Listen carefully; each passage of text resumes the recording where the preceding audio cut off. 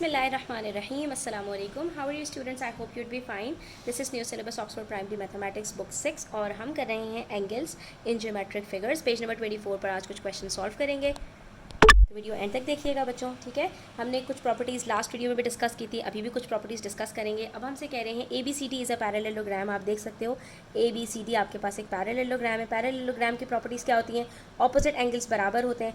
ये 36 है तो ये भी 36 होगा, प्लस ये कि जो एडजेसेंट एंगल्स होते हैं 36 के साथ ये एडजेसेंट एंगल है तो ये सप्लीमेंट्री होते हैं, यानी कि 180 में से माइनस करके दूसरा एंगल हम इजीली फाइंड आउट कर सकते हैं। तो यहाँ पर हम ये बता सकते हैं कि 180 में से अगर हम 36 को सब्ट्रैक्ट करेंगे तो हमारे पास ये एंगल 144 आएगा और ये वाला जो पूरा एंगल होगा ना, ये भी पूरा का पूरा 144 होगा, ठीक है। अब इसमें से ये कितना पार्ट होगा, ये कितना पार्ट होगा, ये अभी हमें नहीं पता, लेकिन यहाँ से लेके यहाँ तक पूरा एंगल भी 144 होगा क्योंकि इसके ऑपोजिट एंगल्स बिल्कुल बराबर होते हैं। और ये आपके पास पूरा एक पैरेललोग्राम है, ठीक है। ऐसे में ना आप मार्कर्स भी यूज़ किया करो बच्चों ताकि आपको कन्फ्यूजन ना हो। ये देखो ये पूरा आपके पास पैरेललोग्राम है, ठीक है। तो ये आपके पास जो साइड्स हैं ये ऑपोजिट साइड्स हैं, ये बराबर होंगी।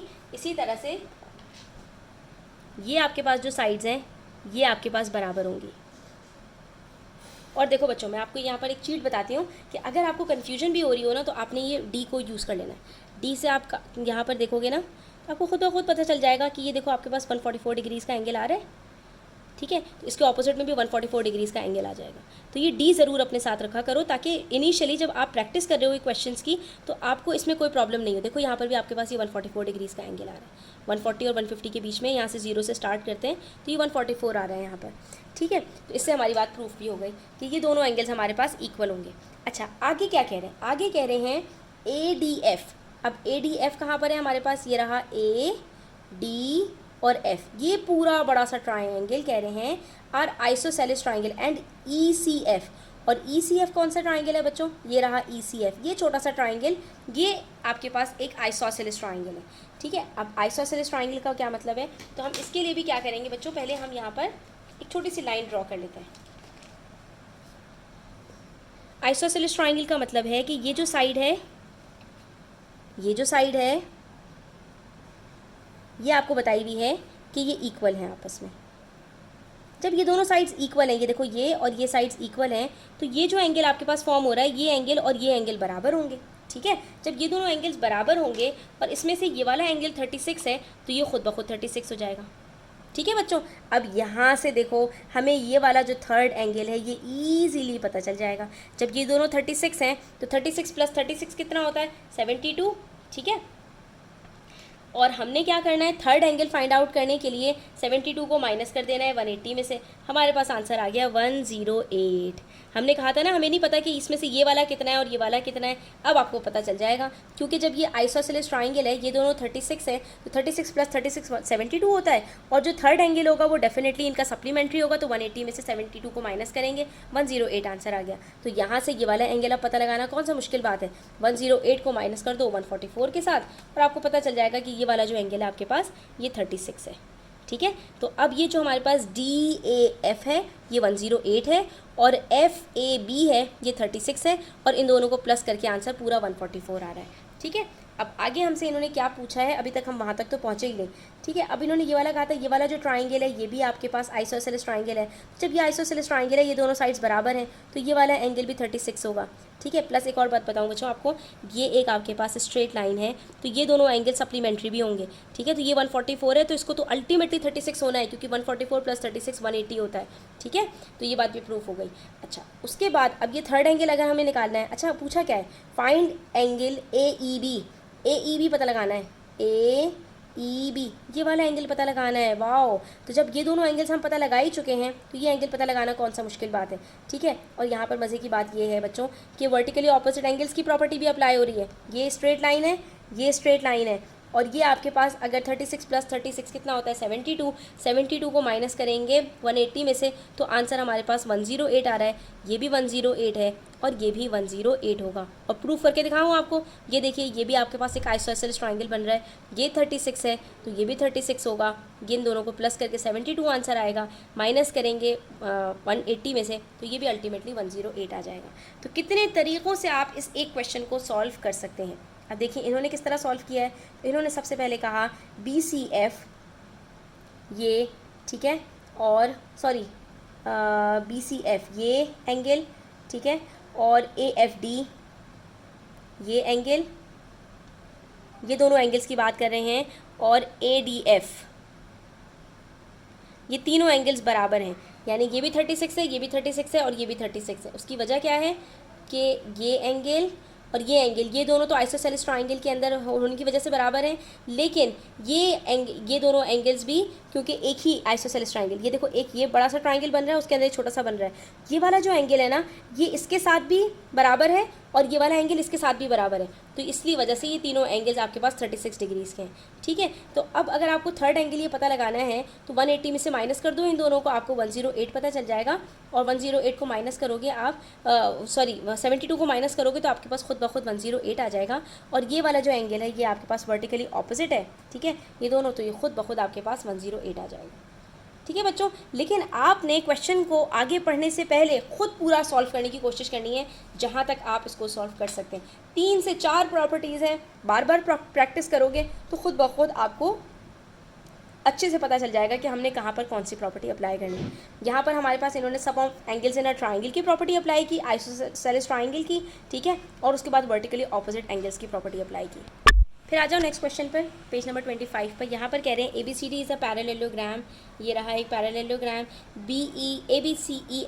ABCEF is a rhombus. Rhombus के अंदर क्या होता है बच्चों, ऑपोजिट एंगल्स बराबर होते हैं। ये 62 है ना, तो ये भी 62 होगा।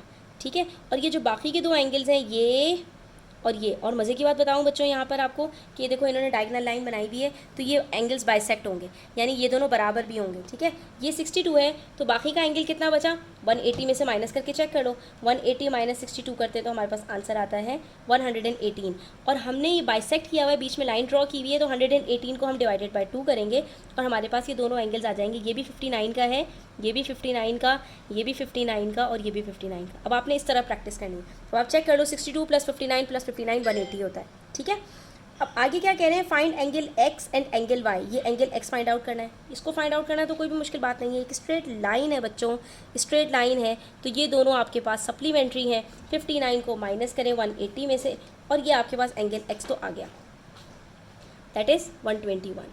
ठीक है, अच्छा अब ये एंगल आ गया और दूसरा एंगल ये निकालना है, तो ये आपके पास क्या बन रहा है बच्चों, ये आपके पास ये दोनों सप्लीमेंट्री हैं। ठीक है, यानी कि 59, 62 और एंगल y ये भी आपस में तो भी सप्लीमेंट्री है ना बच्चों। जब ये आपस में सप्लीमेंट्री हैं तो या तो आप ये करो कि 59, बल्कि क्यों ऐसा करो, आप यहाँ पर 180 में से 59 को सब्ट्रैक्ट करो, हमारे पास आंसर आता है 121। इसका मतलब है कि ये देखो, ये आपके पास जो लाइन है, यहाँ पर जो एंगल फॉर्म हो रहा है और यहाँ पर जो एंगल फॉर्म हो रहा है पॉइंट A और पॉइंट B के ऊपर, ये जो दोनों एंगल्स हैं 59, 62 और y, ये आपस में सप्लीमेंट्री हैं। वजह उसकी क्या है कि ये देखिए, ये आपके पास है पैरेलल लाइन, यहाँ से शुरू हो रहा है पैरेलल लाइन का एंगल और ये एंड हो रहा है, तो ये एंगल्स आपके पास सप्लीमेंट्री हैं। क्यों? क्योंकि पैरेलल लाइंस के बीच में जो दो एंगल्स फॉर्म होते हैं, 2 या 2 से ज़्यादा, वो सप्लीमेंट्री होते हैं, उनका सम 180 होता है। तो अगर दो एंगल्स हमें पता है तो हम इन दोनों को प्लस करके माइनस 180 करेंगे तो हमारे पास खुद ब खुद थर्ड एंगल दैट इज़ 59 आ जाएगा। इसका मतलब है कि ये एंगल भी हमारे पास 59 है। सिंपल। ठीक है, इन्होंने कैसे सॉल्व किया वो भी देख लेते हैं। इन्होंने कहा कि BEA कौन सा एंगल है, BEA, ये एंगल आपके पास कितना होगा, 62 को माइनस करो 180 से और डिवाइडेड बाय 2 कर दो। सेम इन्होंने भी यही काम किया, तो 180 माइनस 62 करके जब डिवाइडेड बाय 2 किया तो 59 आंसर आ गया। ये आ गया 59। यहाँ से इन्होंने एंगल x फाइंड आउट किया, सप्लीमेंट्री एंगल्स का स्ट्रेट लाइन थी, 121 को 59 को इन्होंने माइनस किया तो ये आ गया 121। ठीक है, और एंगल y को फाइंड आउट करने के लिए इन्होंने क्या किया, इन्होंने कहा 180 में से आप माइनस कर दो किसको, 62 + 59 को। अच्छा बच्चों, इन्होंने जो प्रॉपर्टी अप्लाई की है ना, वो ये अप्लाई की है कि आप गौर से देखो कि ये दोनों लाइंस आपके पास पैरेलल हैं, राइट, क्योंकि पैरेललोग्राम है। जब ये दोनों लाइंस पैरेलल हैं तो यहाँ पर आपके पास एक ट्रेपीजियम भी तो फॉर्म हो रहा है ना। हम अगर पूरी आगे की फिगर को छोड़ भी दें तो ये पैरेलल लाइन के बीच में जो दो एंगल्स फॉर्म हो रहे हैं इनका सम भी तो 180 होगा ना। तो अगर हम डायरेक्टली 180 में से 120 को सब्ट्रैक्ट कर दें तब भी हमारे पास आंसर 59 आएगा, और ये आंसर भी बिल्कुल ठीक होगा। ठीक है, तो इन्होंने 180 में से 59 को सब्ट्रैक्ट कर दिया और आपके पास आंसर आ गया, सॉरी 121 सब्ट्रैक्ट किया तो आंसर 59 आ गया। ठीक है, तो इस तरह से भी आप इसको सॉल्व कर सकते हो। मैं आपको वही बता रही हूँ, प्रॉपर्टीज़ अगर अच्छे से याद होंगी तो एक ही क्वेश्चन को सॉल्व करने के 100 बहाने हैं। फिर है question number 6 on page number 26। यहाँ पर हमारे पास है ABCF इज़ अ ट्रेपीजियम। ये आप देख सकते हो एक ट्रेपीजियम है। इसके अंदर तो सिर्फ हमारे पास जो ऑपोजिट एंगल्स होते हैं, एडजेसेंट एंगल्स होते हैं पैरेलल लाइंस के बीच में, वो सप्लीमेंट्री होते हैं, यानी उनका सम 180 होता है, ठीक है। और AEF is an equilateral triangle. चलो इससे हम सॉल्व करने की कोशिश करेंगे अपने क्वेश्चन को कि ये जो हमारे पास है AEF, ये पूरा जो ट्राइंगल है ये हमारे पास इक्विलेटरल ट्राइंगल है। तो ये भी हो गया 160, ये भी पूरा का पूरा हो गया 60, और ये भी पूरा का पूरा हो गया 60। आगे क्या कह रहे हैं, आगे कह रहे हैं कि AB is parallel to FC, AB is parallel to FC। तो जाहिर है से जब ये आपके पास ट्रेपीजियम है तो ये दोनों पैरेलल ही होंगे। आगे कह रहे हैं ADF, ये जो इसके अंदर ये वाला एंगल ट्राइंगल बन रहा है ना, इसके अंदर आपके पास ये 80 डिग्री का एंगल है, ठीक है। तो अब ये बच्चों आपके पास एक ट्राइंगल है AFD, और AFD के अंदर दो एंगल्स आपको पता हैं, तो इसके अंदर ये वाला जो थर्ड एंगल है ये आप इजीली फाइंड आउट कर सकते हो। कैसे? 60 + 80 करो और माइनस कर दो 180 में से, तो आंसर आता है 40। इसका मतलब है कि ये जो पूरा एंगल है आपके पास AF से लेकर E तक, ये अगर 60 है जिसमें से AFD आपके पास 40 है, तो ये कितना होगा बाकी 20, बिकॉज 20 + 40 = 60। ये पूरा एंगल आपके पास अगर 60 डिग्रीज़ का है, जिसमें से ऊपर वाला पार्ट 40 है, तो नीचे वाला पार्ट खुद ब खुद 60 होगा। तो अब आप यहाँ से ये वाला थर्ड एंगल भी फाइंड आउट कर सकते हैं कि ये दोनों प्लस करो और माइनस कर दो, तो ये आपके पास आ जाएगा 100 डिग्रीज़, ठीक है। और प्लस ये कि ये 80 है और ये स्ट्रेट लाइन है, तो दूसरा वाला एंगल आपके पास सप्लीमेंट्री होगा ना, 180 में से 80 को माइनस करो तब भी आंसर 100 आता है।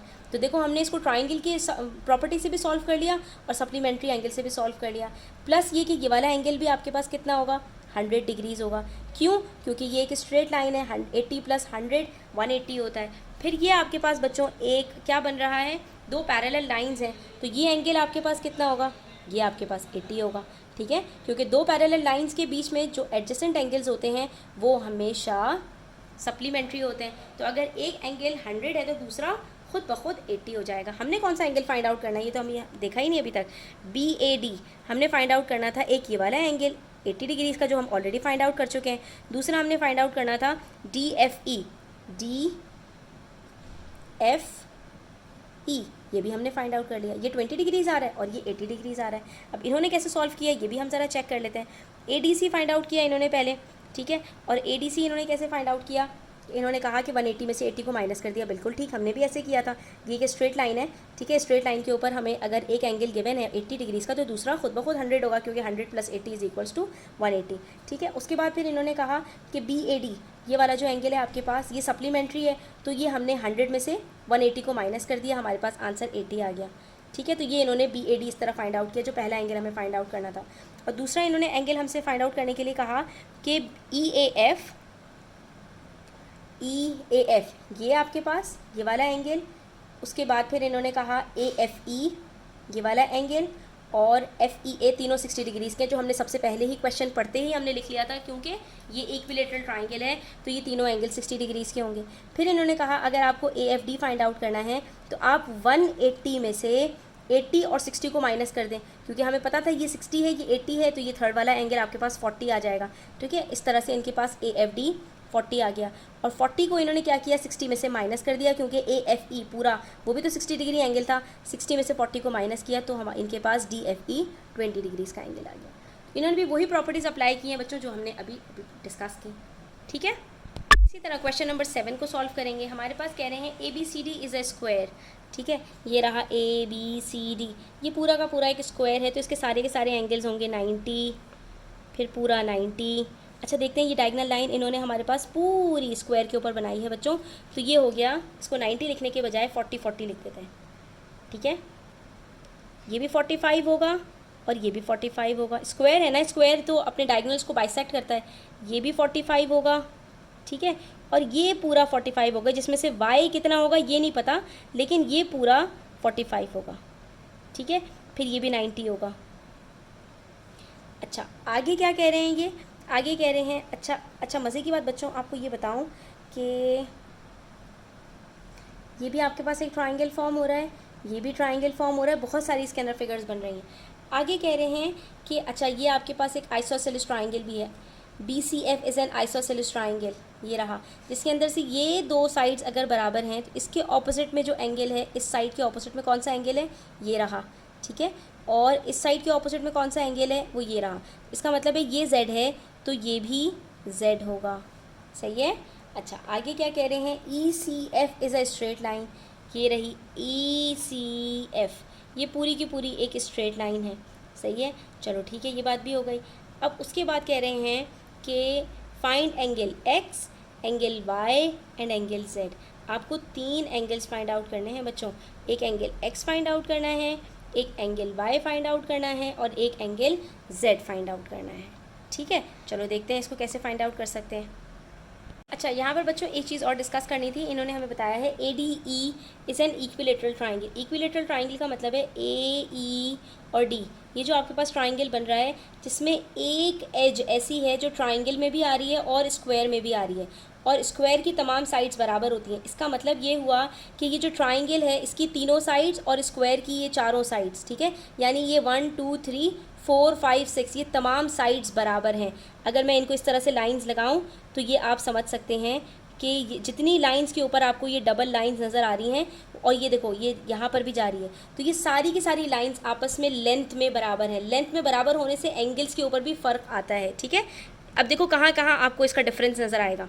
इसकी वजह से ये होगा कि ये एक इक्विलेटरल ट्राइंगल है तो ये एंगल 60 डिग्री का होगा, ये पूरा का पूरा एंगल 60 डिग्री का होगा, ठीक है, क्योंकि ये पूरा ट्राइंगल है तो इसके अंदर 2 एंगल्स इन्होंने किए हुए हैं, लेकिन ये पूरा का पूरा एंगल 60 डिग्री का होगा क्योंकि AED इक्विलेटरल ट्राइंगल में आ रहा है। और फिर ये एंगल भी आपके पास 60 डिग्री का होगा। और फिर मज़े की बात बताऊं कि ये देखो दोनों साइड्स ये बराबर आ रही हैं आपके पास, तो आपके पास यहाँ पर ये जो ट्रायंगल फॉर्म होगा ना बच्चों, ये एक आइसोसेलेस ट्राइंगल बनेगा। गौर से देख लीजिए, इस तरह से मार्कर से अपने पास ये बना लिया करें ताकि आपको इसके एंगल्स को पहचानने में आसानी हो।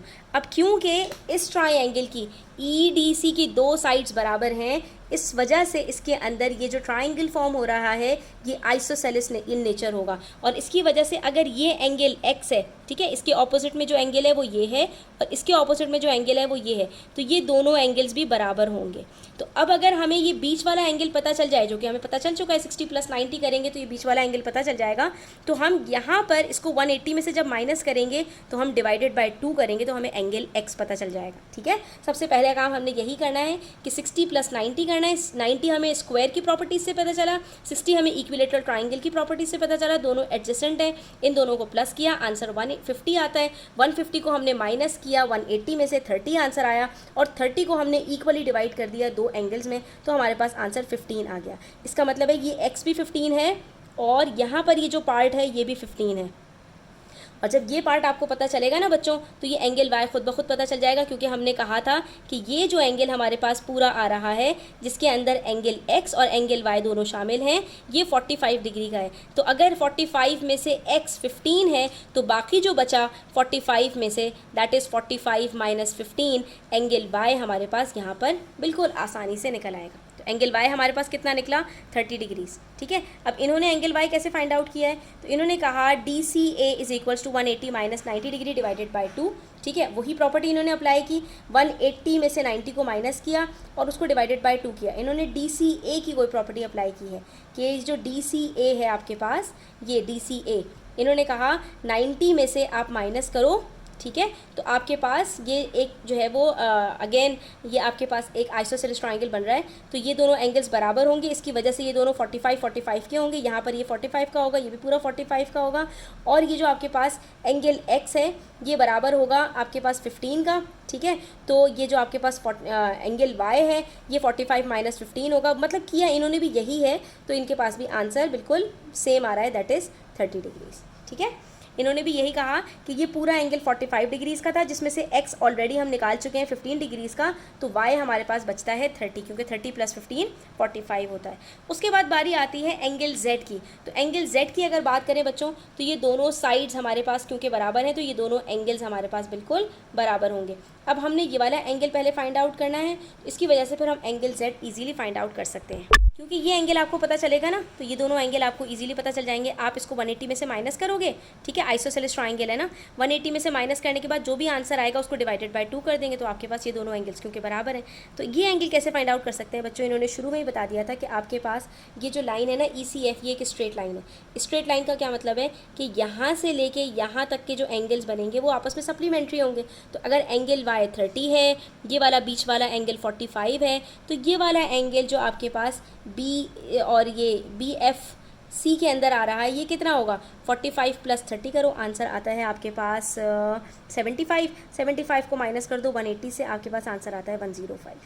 ठीक है, इसका मतलब है ये आपके पास 105 होगा। और बस फिर अब आपने क्या करना है, आपने 105 को डिवाइडेड बाय आपने 105 को माइनस करना है 180 में से, ठीक है। तो आपके पास क्या आंसर आएगा, आपके पास आंसर आएगा 75, और 75 को आपने डिवाइड कर देना है 2 से, ठीक है। तो 75 डिवाइडेड बाय 2 = 37.5। इसका मतलब है एंगल Z आपके पास 37.5 है। ये दोनों एंगल्स 37.5 के बनते हैं 75 + 105 करो तो आंसर 180 आ जाता है। तो हमने क्या किया बच्चों, यहाँ पर हमने स्क्वायर की, इक्विलेटरल ट्राइंगल की, आइसोसेलेस ट्राइंगल की, स्ट्रेट लाइन की, सारी प्रॉपर्टीज़ हमने इसमें ऑलमोस्ट यूज़ की हैं। तो आपने भी इन क्वेश्चंस को बार बार सॉल्व करना है। जब बार बार सॉल्व करते हैं तो वो चीज़ें हमें याद हो जाती हैं, प्रॉपर्टीज़ अच्छे से जहन नशीन हो जाती हैं। इस तरह के क्वेश्चंस करने में बहुत आसानी होती है। इंशाल्लाह नेक्स्ट वीडियो के अंदर मजीद क्वेश्चन सॉल्व करेंगे। तब तक अपना ख्याल रखें।